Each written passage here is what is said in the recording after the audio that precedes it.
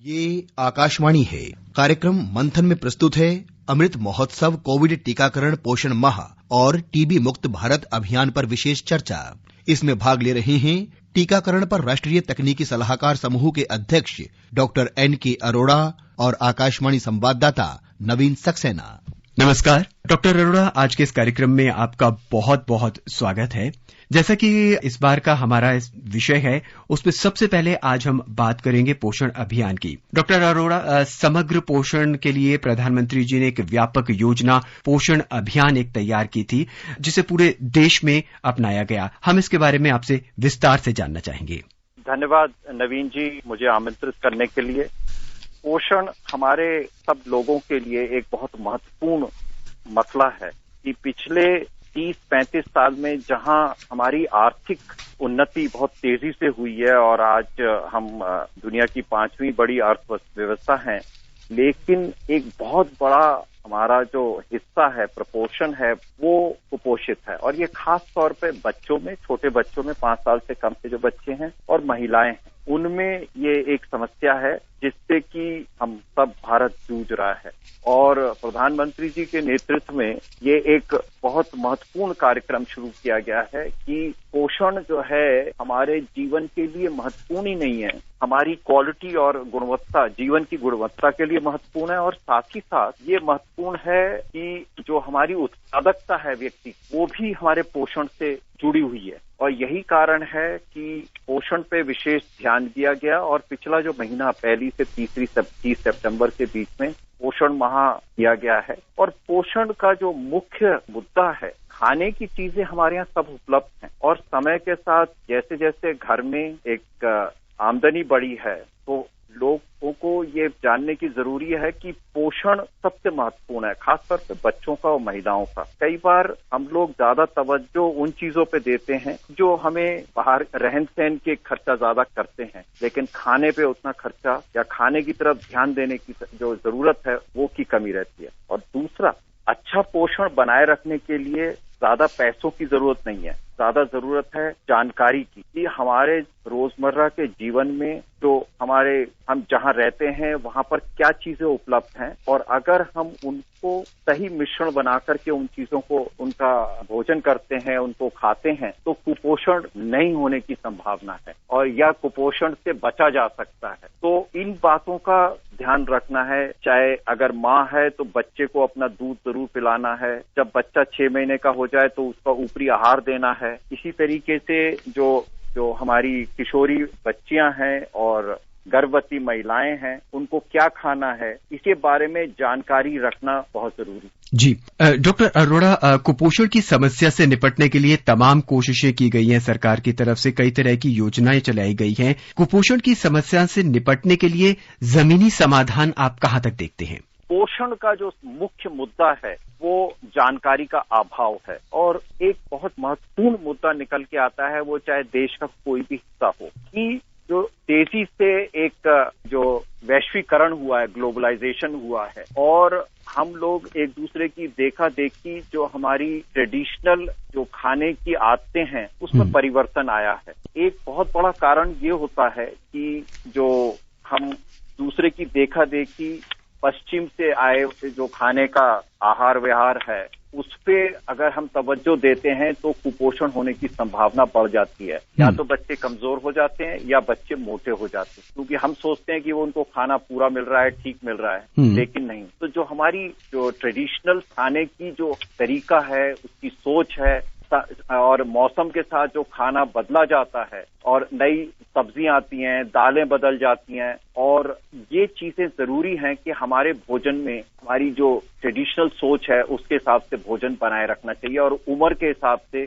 उसमें परिवर्तन भी करना है और उसकी मात्रा भी बदलनी है। मैं ये सब इसलिए कह रहा हूँ कि समय के साथ अब घरों में इतना पैसा उपलब्ध होता है कि खाना कुपोषण ना हो, खाना उचित मात्रा में मिलता रहे, ये मुमकिन है। लेकिन कई बार हम दूसरे की नकल करके अपने बच्चों में, अपने घर की महिलाओं में और अपने घर के बाकी लोग जो हैं उनमें खाने का एक असंतुलन आ जाता है और वो भोजन होता है। गरीब जो आपने जमीनी हकीकत के बारे में पूछा, उसका मुख्य और जो पोषण कार्यक्रम है वो उसका मुख्य उद्देश्य भी यही है, हम किस तरीके से कम पैसा खर्च करके एक संतुलित आहार कर सकते। एक घर में दाल है, सब्जी है, दही है, रोटी है या चावल है, ये अगर 3-4 चीजें हम खाते हैं, हमें कहने में तो बहुत आसान लगता है, लेकिन अगर हम इनको हर चीज को चाहे दिन में 2 बार या 3 बार खाते हैं और सब चीज का मिश्रण उपलब्ध हो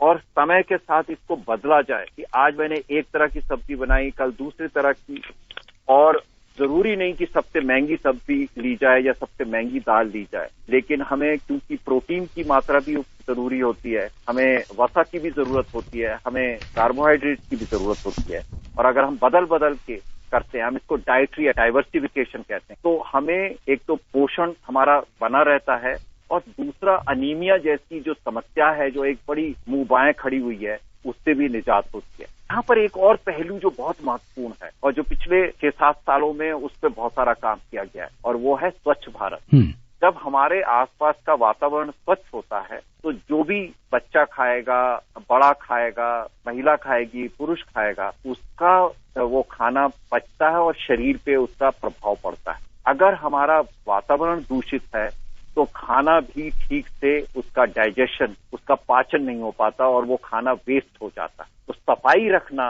भी पोषण के लिए एक महत्वपूर्ण मुद्दा बना।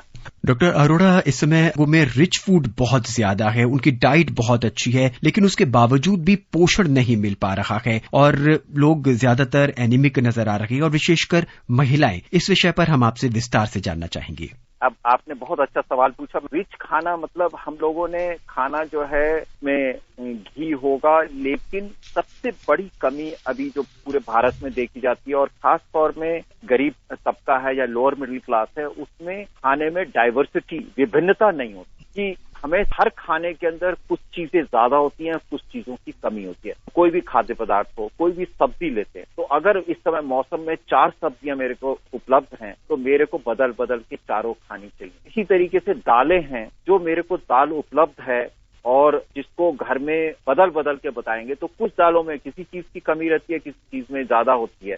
तो डाइटरी डाइवर्सिटी, खाने में विभिन्नता और एक बदलाव बनाए रखना बहुत ही महत्वपूर्ण। जो लोग नॉन वेजिटेरियन खाते हैं वो ठीक है, लेकिन कई बार हम सोचते हैं कि हम नॉन वेजिटेरियन नहीं खाते इसलिए हम कुपोषित हैं। ये गलत। भारत में ज्यादातर लोग नॉन वेजिटेरियन नहीं है और वो खाली सामिष भोजन खाते हैं, यानी कि वेजिटेरियन खाना खाते हैं, और उसी के में बदलाव करके किया जाता है तो वो बहुत ही पोषण युक्त हो जाता है और उसको खाया जाता है। एक चीज का बहुत ध्यान रखना होता है कि जैसे छोटे बच्चे हैं, 5 साल से छोटे बच्चे, उनको घर में पका हुआ सारा खाना दीजिए, लेकिन एक तो ये है कि छोटा बच्चा है, उसकी जो विकास की जरूरत है वो ज्यादा खाना है, और एक बार में एक व्यक्ति लिमिटेड खाना खा सकता है। तो जैसे बड़े हम लोग दिन में 3 बार खाते हैं, तो छोटे बच्चों को कम से कम 6 बार खाना खिलाना होता है। दूसरी चीज, उनकी पसंद का खाना बनाएं, और खास तौर पे 3 साल से जो कम बच्चे होते हैं वो चबाना पसंद नहीं करते। तो खाने को अगर मैं मुलायम बनाऊं, जैसे खिचड़ी जैसा बना दूं, या मैंने रोटी को दाल में करा तो छोटे छोटे टुकड़े करके अगर खिलाऊंगा तो बच्चे को खाने में आसानी होती है। और हर एक कटोरी में खाने की, चाहे वो दाल हो, सब्जी हो और उसमें चावल हो, रोटी हो, अगर एक कटोरी खाना है उसमें 1 चम्मच घी या तेल डाल देता हूं तो उसके अंदर से मेरे को जो ऊर्जा मिलती है वो 1.5 गुनी हो जाती है। एक कटोरी में आम साइज की है, उसमें 100 कैलोरीज मिलती हैं, लेकिन अगर एक कटोरी में 1 चम्मच मैंने घी डाल दी तो वो 150 कैलोरीज हो जाती है। और ये बहुत बड़ा एक, आप देख लेते हैं कि खाने की मात्रा नहीं बढ़ी लेकिन उसकी ऊर्जा 1.5 गुना हो जाती है। तो इस तरह के छोटे छोटे स्टेप्स हैं, और ये जानकारी अगर हमारी घरों में माताओं बहनों को और पिताओं को भी ये मालूम होना चाहिए और इस चीज का खास ध्यान रखें। और फिर मैं एक चीज को एम्फेसाइज करना चाहूंगा कि जो हमारा ट्रेडिशनल खान पान है उसको ना छोड़ें। जो अभी बात हुई थी प्रधानमंत्री जी ने कि अगला साल ईयर ऑफ द मिलेट है, ये मोटा अनाज जो है ये बहुत ही एक, अगर बनाया जाए तो स्वादिष्ट बनाया जा सकता है और ये बहुत लाभकारी है और पोषक, को अपने खाने में दोबारा लाने की जरूरत है। डॉक्टर अरोड़ा, पोषण अभियान की कामयाबी के लिए किन किन सेक्टरों को साथ लाने की जरूरत है? जो हम सेक्टर्स की बात कर रहे हैं ये केवल स्वास्थ्य विभाग की जिम्मेदारी नहीं है, इसमें विमेन एंड चाइल्ड डेवलपमेंट है, एग्रीकल्चर डिपार्टमेंट है, फूड प्रोसेसिंग इंडस्ट्री है, जो हमको खाना राशन से मिलता है। ये सारे सेक्टर्स को मिल करके देखना होता है कि जो नीतियां हैं वो पोषण के बारे में हमेशा सोच रही हैं।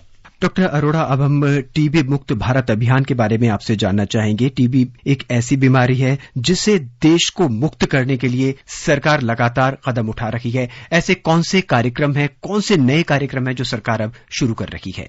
मैं एक विशेष कार्यक्रम का यहाँ पर उल्लेख करना चाहूंगा और वो है निक्षय मित्र। निक्षय का मतलब टीबी मुक्त और मित्र मतलब कि समाज में से कोई आए आगे बढ़ करके और उस कार्य में सहयोग दे। तो ये कार्यक्रम अभी हाल ही में शुरू किया गया है कि देश में जितने भी मरीज हैं वो उनके बारे में एक लाइन लिस्ट सबको मालूम है कि कौन सा व्यक्ति कहाँ रहता है, किस घर में। तो सरकार का आह्वान रहा है कि इसमें सामाजिक सहयोगिता से अगर हम इन अक्षय के या क्षय रोग के मरीजों को अगर हम अपना लेते हैं, क्योंकि ये देखा गया है कि ज्यादातर जो क्षय रोग के मरीज हैं बहुत गरीब परिवारों से आता है। उनको पूरा खाना उनके पोषण बहुत बड़ा महत्व है। जो अभी हम पोषण की बात कर रहे थे कि पोषण बहुत महत्वपूर्ण रहता है और ये ऐसे परिवारों से होता है यहाँ पर पोषण की सचमुच कमी रहती है। तो एक तो जो इन परिवारों जिन मरीजों को अपनाया जाएगा उनको हर महीने थोड़ा सा पोषक आहार दिया जाएगा। दूसरी एक बहुत बड़ी समस्या होती है कि मरीज 1 या 2 महीने दवाई लेता है और फिर बंद कर देता है और ऐसा मरीज फिर खाली अपने लिए ही खतरनाक नहीं होता क्योंकि उसकी बीमारी बढ़ जाती है, वो अपने परिवार के और अड़ोस पड़ोस के लोगों को भी बीमारी फैलाता है। तीसरा और जो बहुत ही एक हमारी राष्ट्रीय समस्या है कि अगर मरीज बीच में इलाज छोड़ दे तो बैक्टीरिया है टीबी का, वो दवाइयों का उस पर असर होना कम हो जाता है। ऐसी स्थिति में ये निक्षय मित्र का काम है। तो एक तरफ तो पोषण में सहयोग करना है और दूसरा उसको हर बार समय समय पर याद दिलाना है कि दवाई लेनी है। और अगर क्षय के जो मरीज है उसको कोई तकलीफ है जहां से दवाई मिलनी चाहिए, उसको निभाने में उसको वो काम उसकी परेशानी को दूर करने का है। और ये कार्यक्रम बहुत हम खुद ने हमारी संस्था ने पूरे के पूरे 51 गांव हैं उनमें जितने भी मरीज हैं उनको हम लोगों ने अपनाया है और ये पहला महीना और हम जिस तरीके का समाज की तरफ से रिस्पांस देख रहे हैं वो बहुत उत्साहजनक है। डॉक्टर अरोड़ा, आज कोविड टीकाकरण अमृत महोत्सव अभियान का अंतिम दिन है और राष्ट्रव्यापी कोविड टीकाकरण अभियान के तहत एहतियाती टीके के लिए इस साल 15 जुलाई को 75 दिन का अभियान शुरू किया गया था। इस समय क्या स्थिति है, हम आपसे जानना चाहेंगे। हम देख रहे हैं कि पिछले साल अक्टूबर के बाद लगभग पूरा साल भर हो गया है कि इस बीमारी का जो महामारी का असर है धीरे धीरे कम हो गया है। इस हफ्ते का डेटा है, उस डेटा के हिसाब से जो ओमिक्रॉन वायरस है उसकी वजह से बहुत गंभीर बीमारी होने की संभावना बहुत ही कम है। इस समय देश में कुल गिने चुने मरीज हैं जो कोविड की पॉजिटिव होने की वजह से दाखिल हैं और ज्यादातर ये वो लोग हैं जिनमें दूसरी बीमारियां कोमॉर्बिडिटीज हैं।